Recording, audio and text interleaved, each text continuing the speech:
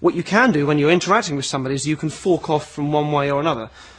Be careful I say that. You know, you can go one way or the other depending on the response you get. So if I said to you, the spirits are telling me you've got quite a temper, you could answer yes or no to that. You might agree or disagree. Now, if you agree with it, it feels like a hit, and I can say, yes, that's right, I can sense that you've got a real temper, ...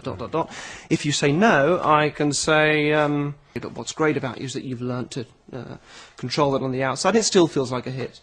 Linguistically, what they tend to do is they say, they put the word not into the question, so they'll say things like, one recent reading I was listening to was, she said, now you haven't been drinking a lot of water recently, have you?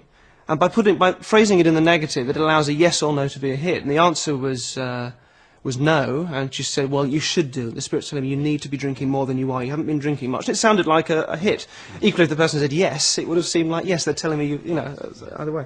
A common ruse also is to make statements that allow you to have both sides of the coin in one go. So, for example, if I said to you, you've got an extrovert side and an introvert side, that's not remotely convincing at all. That seems to be a given. But if you say to somebody, when you're at a party, you're very good at being able to hold court. You know, you can entertain people. You're very good at being really the life and soul of the party. But what's interesting about you is that when you walk away from that, you'll often find yourself at home running back through conversations in your head and wondering, oh, what did that person mean? Why did I say that? That was stupid. And when you're even at those parties, even though you like to think that you're somebody who can be, you know, in charge and very charismatic, you'll often find yourself just stood there thinking, God, why am I here? It's like everyone is a million miles away, and you're aware that that is a facade that you put on.